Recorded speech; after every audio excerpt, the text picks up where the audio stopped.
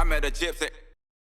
I mean, for the most part, most of us respect each other, I feel like. And obviously, like, even this past weekend, like the pass I had on Chase, I was it's so difficult to have friends in this sport because I consider Chase like, a friend, and I really liked him, and I think he's a badass on a motorcycle, and he does some insane stuff. So when I saw him go, I felt him go down, and I was like, oh, I was so bummed. And the first thing I come off the track, I kind of looked around for him, but he was gone. But I texted him after the race. I'm like, dude, I know you don't want to hear from me right now, and you probably hate my guts, but like, so bummed on that, and you had a sick comeback, and hopefully, we can let this go.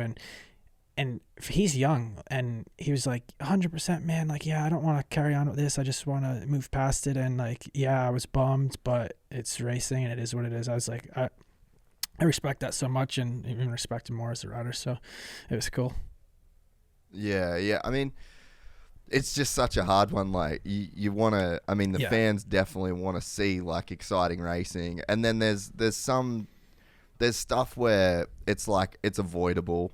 And it's probably like dumb decisions that's made in the moment. Like, it's a mix of everything on the spectrum. And then there's times where like with chases, you're going down with Chase. It's like you've just come off a triple, flat left-hander, like sliding in. I mean, in the heat, like there's a crazy amount of shit that's going on in that moment. And then a guy goes down. So it's like there's a spectrum from fully didn't mean for it to happen to I wanted to fuck your night.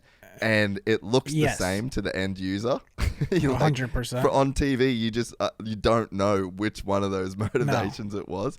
But then there's certain guys that you see it happen a bunch, so you just automatically assume that it's the worst. Well, case yeah, scenario. that's kind of me and Amber were talking about it after the race, and they're like, I could literally, so like for instance, like Jason got me in that corner, and I was like totally fine with it because it was a good aggressive pass, like it is what it is. But like I could literally like breathe, and people will just be like so mad because my reputation obviously, but they just don't know us riders as human beings. They just know us with our helmets on and the riding. So that's what's like bums me out sometimes, because I'm like, yes, like me and Chase came together, but it wasn't even that, like it wasn't a crazy pass or anything. He just obviously he went down, but it's like it was Barcia, so he's a piece of shit. Like it's true though. No, I know exactly what you mean. Well, so I think one of the things too is like there's always a reason why people act the way that they act, right? So it's like you've been aggressive forever, and it's like that has to come from somewhere. There's something that happened when you're a kid. There's trauma. There's something that went on when you were growing up that like that was the style of racing that you came up on. Like and I don't know, maybe people don't know the story.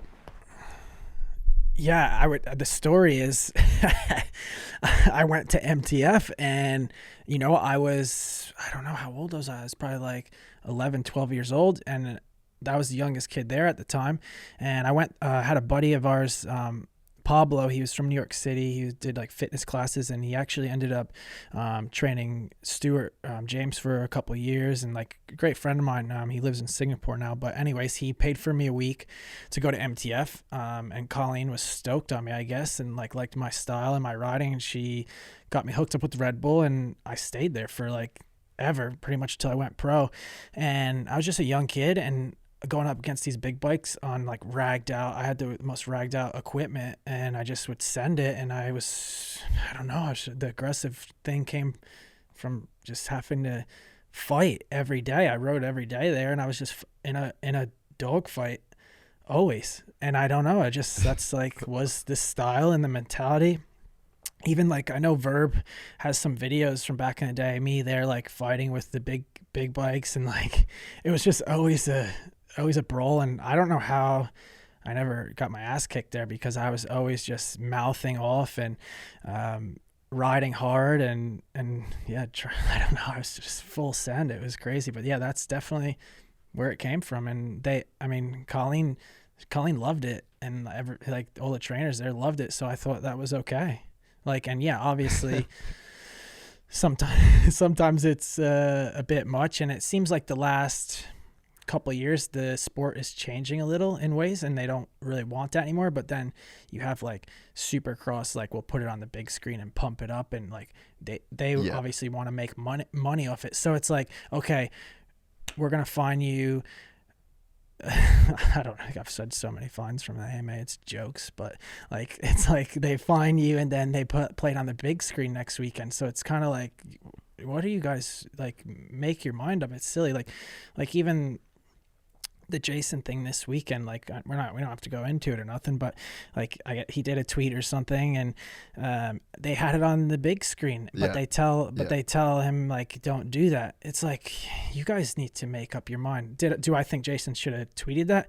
No, not at this professional of level. I didn't know about it. It was hilarious. I was in the press conference and someone was like, did you see the tweet? And I'm like, don't know what you're talking about. It was like so awkward, and like they're like, well, they put it on the big screen, and I was like, dude, I'm not on my cell phone. Like, that's rad that Jason has the mental capacity to go on Twitter and do that while he's racing a day. But I'm like trying to help my wife with the baby and like do all this stuff. I'm focused on the race. And so, yeah, I had no idea about it. So it caught me off guard. I thought it was pretty wild, but yeah, I don't know. It's crazy. It's funny that you mentioned that because, dude, it's the case in every motorsport, right? And it's like, it's the same everywhere. So you get Conor McGregor throws a dolly into a bus that shatters the glass and like cuts the face of like that's fucking gnarly, right? And what do they run that promo in like Times Square, dude? Like they rent the Jumbotron in Times Square and play that shit for the fight with Khabib. Guess what? That's the biggest fight of all time. So, you know, V8 Supercars, it's the same thing. Like, that's Australia's NASCAR kind of deal, right? They fine you for doing burnouts after the race. And what do? They use that burnout in every single promo for every single commercial that's on TV. So it's the same in every sport. So, like, I kind of get it on the one hand, but then it's the messaging to the riders is like, don't be a badass, don't do like dumb shit. But then it's like, but when you do the dumb shit, we're definitely gonna post it.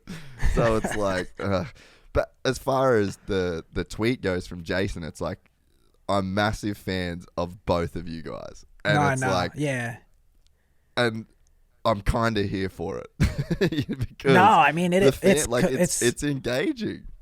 Yeah, no, it is. It's good for the sport, and yeah, it's just funny, I guess, really, because I'm like trying to be a little bit more adult somehow, and obviously I'm still so much of a kid inside, so it's definitely funny. And like they're like in the press conference, they're like, so are you gonna retaliate when you caught him in the main event? I'm like, dude, I'm literally just trying to race, and I don't know what was going to happen. I was just going to try to pass him somewhere or another. And like I raced everybody the same. Like I said, like even the pass on Chase, like it wasn't dirty in my opinion. It was just an aggressive pass, but like, you know, I didn't think he was going to go down, but I wouldn't have raced anyone different. Like, I don't care if it's my like brother out there, like I'm going to race him the same no matter what. So it's definitely, this stuff's good for the sport. And, you know, definitely they can be a bit, not too strict sometimes. Like there's stuff that needs to be handled for sure, but then other times it's just like, just let us do our thing and be show our personalities.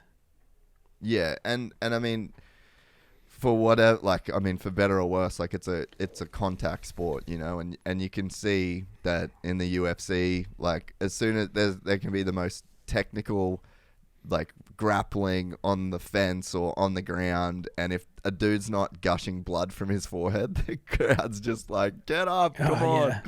So it's like in our sport, the equivalent is dudes taking each other out. So it's just like, I mean, it's hard, and I think it gets even harder for you guys because there's so much on the line, and to win a championship nowadays, it's like you've got to be so flawless to win a championship, and it's like, dude, 2 rounds in, Ando's 20 points back. It's like that's like a chasm to overcome now. Yeah, the sport is insane, and how many races there are and things like that, and how we have to be really perfect. Even that first race in Anaheim, I was so bummed. I was like 11th place. Like, what a loser. Like, I was just so bummed on it, like to lose to lose that many points. But yeah, we have to definitely be, you know, man, there's so much on the line. Just like last year with Mookie at Salt Lake, like I was going for, you know, third in the championship. That was huge for me. And like, you know, I got booed out of that stadium. That was pretty intense. I was like, I never got like popcorn and drinks and stuff like that thrown at me. So that was like, I kind of loved it secretly. Like it was quite the thrill, but it was intense as well. It was cool. But yeah, like that was just like, people don't realize like how much is on the line, and that we're risking our lives and sending it, and people love watching that. So yeah, it's I don't know, it's cool to see. If we were all just straight line and follow the leader, it'd be quite boring. Oh dude, 100%, man. Is Mookie like the one guy that scares you when you take him out? Because I feel like there's not that many guys that are like super imposing that would really like fuck your shit up, you know? But I feel like if you got Mookie mad enough, then like there's definitely could be an issue. Yeah, but I'm so silly because I'd like being at MTF as a kid, just like being so aggressive with these older guys. And like I said, I don't know how I never got beat up, because now I still don't think that way. I'm just like, but yeah, Malcolm is a tank, and like I had Weston as a teammate back in the day, and he was a tank. So it was kind of like you don't really want to mess with those big guys, but at the same time, my brain has this switch, and I just don't think about anything like that while I'm racing. It's pretty stupid. We're excited to announce the launch of our new membership site, GYPSYTales.com.